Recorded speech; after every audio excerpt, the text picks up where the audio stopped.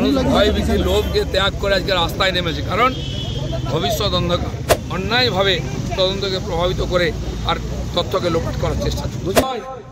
এটা খালি আমার লড়াই নয়, এটা সমাজের লড়াই। যাকে আপনারা ভোট দিয়ে জিতিয়েছেন তার এত ভয় কেন? মনকে নাড়া দিয়েছে, মানুষ ভয় ভীতি লোভকে ত্যাগ করে আজকে রাস্তায় নেমেছে, কারণ ভবিষ্যৎ অন্ধকার। ছেলে মেয়েদের জীবন সুরক্ষিত নয়, যে ডাক্তাররা আমাদের জীবন বাঁচায় তাদের জীবন সুরক্ষিত নয়, এবং যে সরকার আছে কালা বাবা হয়ে বসে আছে, তারা নিরপেক্ষ তদন্ত করে দোষীদের ফাঁসি দেওয়ার চাইতে তাকে বাঁচাবার চেষ্টা করছে, কারণ এর সঙ্গে বিরাট বড় চক্র জড়িয়ে আছে, সরকার জড়িয়ে আছে, নেতারা জড়িয়ে আছে। এর সত্য সামনে এলে সরকার পড়ে যেতে পারে। সেই পরিস্থিতি থেকে বাঁচার জন্য অন্যায়ভাবে তদন্তকে প্রভাবিত করে আর তথ্যকে লোপাট করার চেষ্টা। বলছি দাদা, সেদিন রাত্রে যে ঘটনা ঘটেছে, মানে বাইরে থেকে লোক এসে হামলা চালিয়েছে, কি বলবেন? এত পুলিশ ছিল, বাইরে থেকে লোক নিয়ে আসা হচ্ছে, আর মমতা ব্যানার্জি মনে করছেন গায়ের জোরে গুন্ডা দিয়ে এই যে অভিযানকে বন্ধ করে দেবেন, আন্দোলনকে, ভুল করছেন। দেওয়ালের লিখন দেখুন, যেখানে সন্দেশখালী একটা বিধানসভায় একটা ব্লকে আন্দোলন হয়েছিল, কেঁপে গেছিল। হয়তো সন্দেশখালীর মধ্যে পরিস্থিতি সারা পশ্চিমবাংলায়, এবং সারা পশ্চিমবাংলায় গ্রামে গঞ্জে শহরে মহিলারা বেরিয়েছেন, তাদের সঙ্গে লক্ষ লক্ষ মানুষ বেরোচ্ছেন, কারণ সবাই নিজের ভবিষ্যৎ অন্ধকার ভেবেছেন, ছেলেমেয়েদের অন্ধকার দেখছেন ভবিষ্যৎ, এবং জীবনের সুরক্ষা নেই ভেবে বেরিয়ে এসছেন।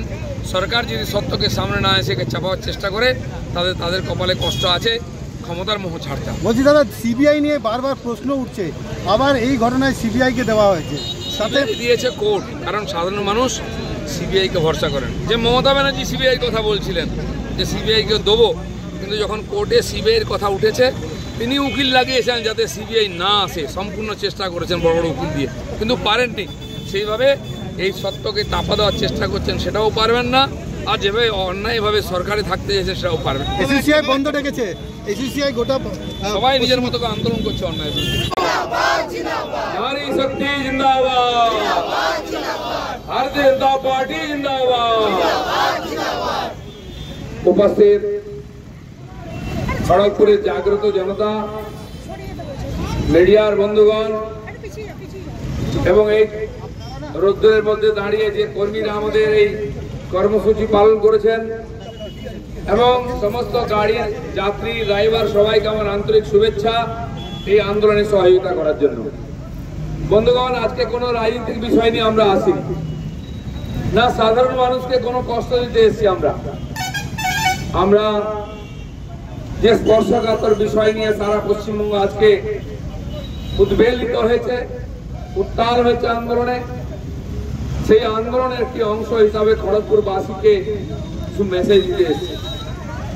আপনারা জানেন, একটি মর্মান্তিক ঘটনা ঘটেছে আরজিকর হসপিটালে। একজন কম বয়সী ডাক্তার, মহিলা ডাক্তার, হাউস স্টাফ হিসাবে যিনি ওখানে কাজ করছিলেন, তাকে ধর্ষণ এবং খুন করা হয়েছে। খুন ধর্ষণ পশ্চিমবাংলায় কোনো নতুন ঘটনা নয়, প্রত্যেক জেলায় নিয়মিত এই ঘটনা ঘটছে, এবং তার বিরুদ্ধে সরকার কোনো পদক্ষেপ নেয় না, এফআইআর পর্যন্ত হয় না, কেস পর্যন্ত হয় না। সাজা পাওয়া তো দূরের কথা, বছরের পর বছর এই ঘটনা ঘটছে। সেই বানতলা থেকে শুরু করে কামদুনি, বাগটুই থেকে আরম্ভ করে তপন, রায়গঞ্জ, কাটুয়া, বীরভূম, বিভিন্ন জায়গায় মহিলাদের উপর অত্যাচার হচ্ছে। পরশুদিন বর্ধমানে একটি আদিবাসী মেয়ে যে নার্সিং পড়তো, তার সঙ্গে সেই ব্যবহার করে তাকে গলা কেটে ফেলে দেওয়া হয়েছে। হলদিয়াতে মা আর মেয়ে দুজনের উপর অত্যাচার করে জ্যান্ত পুড়িয়ে মারা হয়েছিল। এইসব নৃশংস ঘটনা পশ্চিমবাংলায় নতুন কিছু না, প্রায় হয়ে গেছে। কিন্তু যে ঘটনা নিয়ে আজকে সারা পশ্চিমবঙ্গ কেঁপে গেছে, সে হচ্ছে একজন জুনিয়র ডাক্তার, যিনি রাত্রেবেলা মুমূর্ষু রোগীদের সেবা করার জন্য ডিউটি করছিলেন। তার সঙ্গে তার শারীরিক নির্যাতনের পরে তাকে নৃশংসভাবে হত্যা করা হয়েছে। এটা মানুষের মনকে নড়িয়ে দিয়েছে। এমনকি টিএমসির যিনি স্পোকসম্যান ডাক্তার শান্তনু, তিনিও পর্যন্ত এর প্রতিবাদ করেছেন, কারণ তিনি তখন টিএমসির নেতা ছিলেন না, তিনি একজন ডাক্তারের পিতা ছিলেন, তার মেয়ে ওখানে ডাক্তারি পড়ে। এই ধরনের ঘটনা তার মেয়ের সঙ্গে হতে গিয়েও বেঁচে গেছেন, সেটা যিনি বলে ফেলেছেন। কারণ কিছুক্ষণের জন্য তার উপর থেকে টিএমসির ভূত নেমে গেছিল। তিনি একজন মেয়ের বাবা হয়ে গেছিলেন, তাই সেই ভয়ঙ্কর ব্যাপারটা তিনি বলতে বাধ্য হয়েছেন। আর এই সত্য কথাটা বলার জন্য তাকে পার্টি স্পোক্সম্যানের পদ থেকে টিএমসি সরিয়ে দিয়েছে। আর ঠিক এই ভয়েতে টিএমসির অনেক নেতা জি হুজুরি করছেন, ধার্মিক সেজেছেন, অন্যায়ের প্রতিবাদ করতে পারছেন না। আমি বলছি, এখনো যদি সত্যের সঙ্গে না দাঁড়ান, এই চোর, এই দুর্নীতিগ্রস্ত, এই স্বৈরাচারী স্বেচ্ছাচারী টিএমসির নেতা মন্ত্রী মুখ্যমন্ত্রীর সঙ্গে যদি দাঁড়ান, সমাজ আপনাদের ক্ষমা করবে না। শুধু তাই নয়, একদিন সেই ঘটনা ঘটবে, সেই পরিস্থিতির সম্মুখীন হতে হবে। ওই মহিলা ডাক্তারের বাবা মার উপর দিয়ে আজকে যে পরিস্থিতি যাচ্ছে, একদিন আপনার এবং আপনার পরিবারের উপর সঙ্গে সেই পরিস্থিতি যাবে, সেই প্রায়শ্চিত্ত আপনাকে করতে হবে। তাই বিবেকের ডাক শুনুন। সমাজ জেগে উঠেছে, মহিলারা, মহিলা ডাক্তাররা রাস্তায় নেমে রাত্রি জেগে প্রতিবাদ করছেন, রাতকে দখল করে নিচ্ছেন মহিলারা। কেন বাড়ির মহিলারা আজকে বাড়ি ছেড়ে বেরিয়ে রাস্তায় নেমেছেন? আপনাদের বিবেক একটু কাঁপছে না? ধর্মের তাড়না নাই, ভবিষ্যৎকে কি বলে উত্তর দেবেন ভাবুন। আমরা সেই পীড়িতা ডাক্তারের যে মৃত্যু, মর্মান্তিক ঘটনার প্রতিবাদ করছি, তার পরিবারের সঙ্গে আমরা আছি। খুবই দুঃখের বিষয়, পুলিশ যে ধরনের ব্যবহার করেছে এবং করছে সারা পশ্চিমবঙ্গ ব্যাপী, এই দুর্নীতিগ্রস্ত, এই স্বেচ্ছাচারী স্বৈরাচারী নেতা মন্ত্রী মুখ্যমন্ত্রীর সঙ্গে যেভাবে দাঁড়াচ্ছে, সেই পুলিশকে আজকে ভাবতে হবে, তারা কি এটা চান তার বাড়ির মেয়েদের সঙ্গে ছেলেদের সঙ্গে এই ব্যবহার হোক? তারা এখানে চাকরি করছেন, মনুষ্যত্ব বিক্রি করে দিয়েছেন। নাহলে কি করে পুলিশ প্রধান বলতে পারেন তদন্ত না করে যে তিনি আত্মহত্যা করেছেন? কেন তদন্তকে প্রভাবিত করা হচ্ছে? পুলিশ কুকুর যখন তাকে নিয়ে যাচ্ছে সেই রুমের দিকে যেখানে সম্ভাব্য ধর্ষণ হত্যা হয়েছে, পুলিশ কেন কুকুরকে যেতে দিচ্ছে না? ভাগ্য ভালো কুকুরটা তৃণমূল করে না, তাহলে সেও হয়তো সত্য কথা বলতে ভয় পায়। পুলিশ তাকে সত্য থেকে বাঁচাচ্ছে।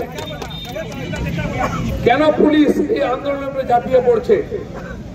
আন্দোলনকারীদের বাধা দিচ্ছে, রাস্তায় নামলে পুলিশ রেডে করে তেড়ে আসছে।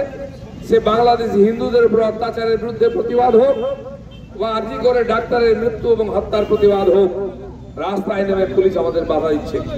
বলে কি হয়েছে? আজ মানুষ পুলিশের উপর আস্থা হারিয়েছে। লোকে সিবিআই চাইছে, এই পুলিশ, সিআইডি, স্পেশাল টিম, পুলিশের এসটিএফ, কারোর উপর ভরসা নাই। সিবিআই চাইছে মানুষ, কারণ এখানকার পুলিশ সত্যকে বার করে না, সত্যকে চাপা দেয়। আমি পুলিশকে বলতে চাইছি, আপনারা যেটা করছেন এটা মানবতার বিরুদ্ধে। আপনারা চাকরি করছেন, সত্যের প্রতিজ্ঞা নিয়েছেন, এবং আজকে আপনারাও সমান ক্রিমিনাল যারা হত্যাকারী তাদের সঙ্গে। তাই কালকেতে রাজাবাজারে পুলিশকে, সিভিককে তাড়া করে করে লোকেরা মারছে। বাংলাদেশে যেমন পুলিশকে পিটিয়ে মেরেছে, থানায় ঢুকে জ্বালিয়ে মেরেছে, সেই পরিস্থিতি পশ্চিমবাংলায় যাতে না আসে, তাই পুলিশকে সতর্ক হতে হবে। আমি ডাক্তারদের আবেদন করব, যে ডাক্তারের হত্যার সময় পুলিশ চুপ করে বসে থাকে, যে মহিলা ডাক্তারকে রেপ করলে পুলিশ চুপ করে থাকে, তার বিরুদ্ধে ধর্ণা দিলে আরজি করে ঢুকে যখন দুষ্কৃতকারীরা শয়ে শয়ে এসে তাদের উপর আক্রমণ করে, পুলিশ চুপ করে দাঁড়িয়ে থাকে। আমি ডাক্তার বাবুদের কাছে আবেদন করব, কেন আপনারা সেই পুলিশকে চিকিৎসা পরিষেবা দেবেন? কেন সেই পুলিশের পরিবারকে সেভাবে বাঁচিয়ে রেখেছে? তারা নির্বাচন নমিনেশন করতে দেয় না পুলিশ, প্রচার করতে দেয় না পুলিশ, ভোটারদের ভোট করতে দেয় না পুলিশ, গণনা কেন্দ্রে তারাই গিয়ে টিএমসি কে জিতিয়ে দেয় গণনা করে, এবং আমরা জিতলে আমাদের বিজয় মিছিল করতে দেয় না পুলিশ। এই স্বেচ্ছাচারী সরকারের চয়ন এবং তাকে বাঁচিয়ে রাখার কাজ করছে পুলিশ। আজ পুলিশকে বয়কট করার দিন এসছে। পুলিশ আমাদের সমাজের লোক, তাকে আমরা আক্রমণ করতে চাই না, কিন্তু তারা যেটা করছে এই স্বেচ্ছাচারী সরকারকে বাঁচাচ্ছে, এই অত্যাচারী ধর্ষণকারীকে বাঁচাচ্ছে। তা না হলে আরজি করে তদন্তকে কেন বিপদগামী করেছে পুলিশ? কিসের স্বার্থে চাপা দেওয়া হচ্ছে? কি তথ্য লুকোবার জন্য ওই রুমটা ভেঙে ফেলা হচ্ছে? পুলিশ কেন চুপ করে আছে? কেন শত শত দুষ্কৃতকারী রাত 12টার সময় ঢুকে গেল আরজি করে? যেখানে ডাক্তাররা এই হত্যার প্রতিবাদ করছেন বসে দিন রাত, তাদের উপরে আক্রমণ হলো, তাদের পেটানো হলো, মারা হলো, গেট ভাঙা হলো, গাড়ি ভাঙা হলো, পুলিশ নীরব দর্শক আছে। আর আমরা যখন শান্তিপ্রিয় ভাবে আবেদন করি, আন্দোলন করি, পুলিশ রেড়ে করে লাঠি নিয়ে ফিরে আসে। যে ডাক্তাররা জীবন বিপন্ন করে দিন রাত পরিশ্রম করছেন, হাতে জীবন নিয়ে মহিলারা আমাদের সেবা করছেন, যখন আমরা অসুস্থ হই প্রথম ডাক্তারের কথা মনে করি, ডাক্তারকে ভগবান মনে করি। যখন আমাদের জীবন বিপন্ন হয় ডাক্তারের কাছে যাই, আর ডাক্তাররা জীবনকে বিপন্ন করে আমাদের কাছে আসেন। করোনার সময় আমরা দেখেছি, অন্য সময় দেখেছি, সেই ডাক্তাররা নার্সরা মাসের পর মাস বাড়ি আসেননি। সেই ডাক্তার মা, নার্স মা নিজের সন্তানকে দুধ খাওয়াননি মাসের পর মাস। করোনাতে সেবা করতে করতে নিজেরা মারা গেছেন। তারা রাত জেগে একজন মহিলা, কম বয়সী মেয়ে, পরিবার ছেড়ে রোগী সেবার জন্য রাত যাচ্ছে, তখন তার উপরে খুন আর ধর্ষণ হচ্ছে। সেই ডাক্তারদের পাশে আমরা আছি, কিন্তু সেই ডাক্তারদের সুরক্ষা পুলিশ দিচ্ছে না। তাই পুলিশকে বয়কট করার দরকার আছে। আমি ডাক্তারদের বলবো, আপনারা পুলিশকে এবং তার পরিবারকে চিকিৎসা তারা বয়কট করুন, তাদেরকে কোনো পরিষেবা দেবেন না। কারণ এই পুলিশ আজকে মানবতার সঙ্গে নাই, অত্যাচারীদের সঙ্গে আছে, জিহাদিদের সঙ্গে আছে। রাত্রেবেলা ৬০০ লোক লাঠি ডান্ডা নিয়ে কি করে ঢুকে গেল? পুলিশ কি করছিল? তারা কারা ছিল? কেন আন্দোলনকারীদের অত্যাচার করেছে? তারাই বাংলাদেশে যারা গ্রামে গ্রামে ঢুকে হিন্দুদের বাড়ি জ্বালিয়েছে, হত্যা করেছে, হিন্দুদের মহিলাদের রেপ করেছে, তাদেরই ভাইরা বেলগাছিয়া থেকে, আরজিকরের পেছনের বস্তি থেকে, রাজাবাজার কলাবাগান থেকে গিয়ে ওখানকার ডাক্তারদের উপরে অত্যাচার করেছে, ওখানে বাড়ি ঘর ভেঙেছে। ধর্ষণকারীদের যে তথ্য ছিল সে নিশানকে মিটিয়ে দেওয়ার চেষ্টা করেছে। 3 তলায় কি করতে গেছিল তারা? আর টিএমসি এই দুষ্টতাকারী, সমাজ বিরোধী, দেশ বিরোধীদের কাজে লাগিয়ে সত্যকে চাপা দেওয়ার চেষ্টা করছে। চাই যারা ধর্ষণ, রেপ করেছে, যারা হত্যা করেছে, তারা যতটা দোষী, এই টিএমসি সরকার, মন্ত্রী, মুখ্যমন্ত্রী ততটা দোষী, এই পুলিশ ততটা দোষী, এবং এই দুষ্টতাকারী রাত্রেবেলা যারা আক্রমণ করলো তারাও সমান দোষী। এবং এই যে ঘটনা ঘটেছে, একজন মহিলা ডাক্তারের হত্যা বা রেপ নয়, এ তো রোজ হয়, এ তো হিংস হইলে চূড়ান্ত। এই ঘটনার পিছনে লম্বা ইতিহাস আছে।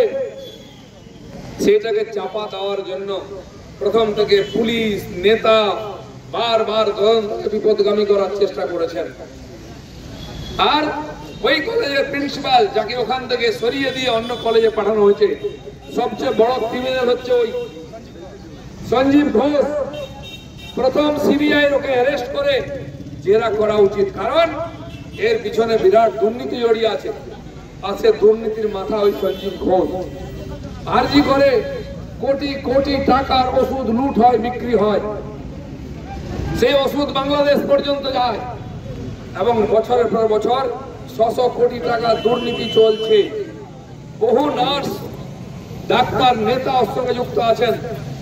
এমনকি এই মেয়েটিকেও তার সঙ্গে যুক্ত করার চেষ্টা হয়েছিল, তিনি রাজি হননি।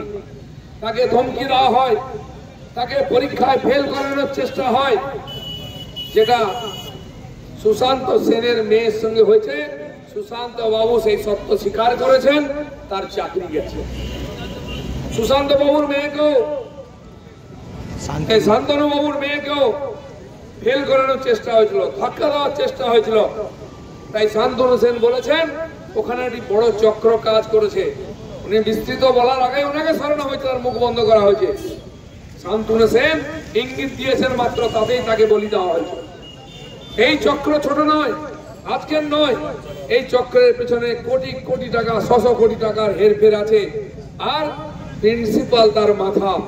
আরো কয়েকজন আছে, ডাক্তার আছেন, নার্স আছেন, নেতা আছেন, দালাল আছেন, যারা এই হত্যা, এই দুর্নীতির সঙ্গে যুক্ত আছেন। এটা কেউ বলছে না, আমি আজকে দাঁড়িয়ে এখানে বলছি।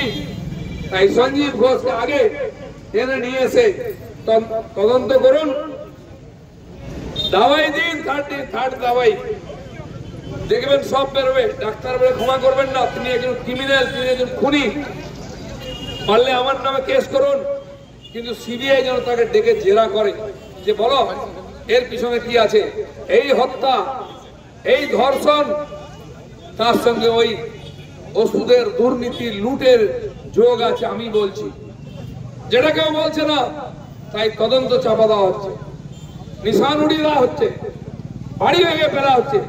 মমতা ব্যানার্জি কি ভেবেছেন এই করে বেঁচে যাবেন? অনেক চেষ্টা অনেক দুষ্টতাকারীরা করেছেন। আমি গত সপ্তাহে বলেছিলাম এক দিদির বিরুদ্ধে গণ উত্থান হয়েছে, এই দিদি কোথায় যাবেন? ভারতবর্ষ ছিল বলে হাসিনা চলে এসেছেন।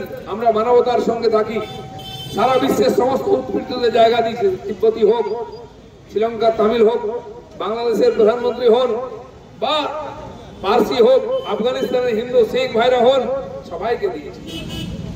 মমতা ব্যানার্জিকে তাড়িয়ে দেন এখান থেকে। এখানকার লোক যে উত্থান নয়, এটা খালি আমার লড়াই নয়, এটা সমাজের লড়াই। যাকে আপনারা ভোট দিয়ে জিতিয়েছেন তার এত ভয় কেন? এই বিরোধী আন্দোলনকে একটা অন্যায়ের প্রতিবাদ করতে রাস্তায় নেমেছে, মুখ্যমন্ত্রী ভয় কাঁপছেন কি আমাকে উৎখাত করার চেষ্টা হচ্ছে, আমার ক্ষমতা কেড়ে নেওয়ার। যদি আপনি অন্যায়ভাবে স্বৈরাচারী শাসন চালান, এই সমাজ আপনাকে ছুঁড়ে ফেলে দেবে। ইলেকশন না, ইলেকশনের আগেই হবে। সারা দেশে দেশে হচ্ছে। বাংলাদেশের পরে পাকিস্তানের উত্থান শুরু হয়ে গেছে। বাংলাদেশের চেয়ে বেশি স্বৈরাচারী শাসন পাকিস্তানে। ইমরান খানের টিম দল জেতার পরেও তাকে জেলে ঢুকিয়ে দিয়ে ক্ষমতা কুক্ষিগত করা হয়েছে। আপনিও এখানে বহু নেতা নেত্রীকে জেলে ঢুকিয়েছেন, কেস দিয়েছেন, মুখ বন্ধ করার জন্য রাজনীতিক হত্যা করেছেন। আপনার কপালেও সেটা লেখা আছে। তাই আপনিও ভাবুন কি করবেন। যারা টিএমসির নেতারা কাটমানি খেয়ে সরকারি পয়সা লুট করে, মানুষের পয়সা লুট করে চোখ দেখাচ্ছেন, পুলিশ দিয়ে দিয়ে মানুষকে দাবি রাখার চেষ্টা করছেন, ভুল করছেন। বহু ইতিহাস আছে, আপনাদের মতো লোককে আস্থা করে ফেলে দিয়েছে, সেই দিকে এগোচ্ছে। সারা পশ্চিমবঙ্গ জেগে উঠেছে, আলাদা আলাদা আন্দোলন হচ্ছে। মত পথ যাই হোক, এই জঘন্য হত্যাকাণ্ডের বিরুদ্ধে নামুন। আমরা সবাই একসঙ্গে আছি। এই মেয়েটির হত্যার বিরুদ্ধে জাস্টিস চাই, তার পরিবারকে জাস্টিস দিতে হবে, এবং এই সমাজে যাতে এই ধরনের ঘটনা না ঘটে তার পার্মানেন্ট ব্যবস্থা করতে হবে। এই সরকার থেকে উৎখাত করতে হবে, যাতে আমাদের ছেলেমেয়েরা নিশ্চিন্তে কাজকর্ম, পড়াশোনা, চাকরি করতে পারে, যাতে মহিলারা রাস্তায় বেরোতে পারেন।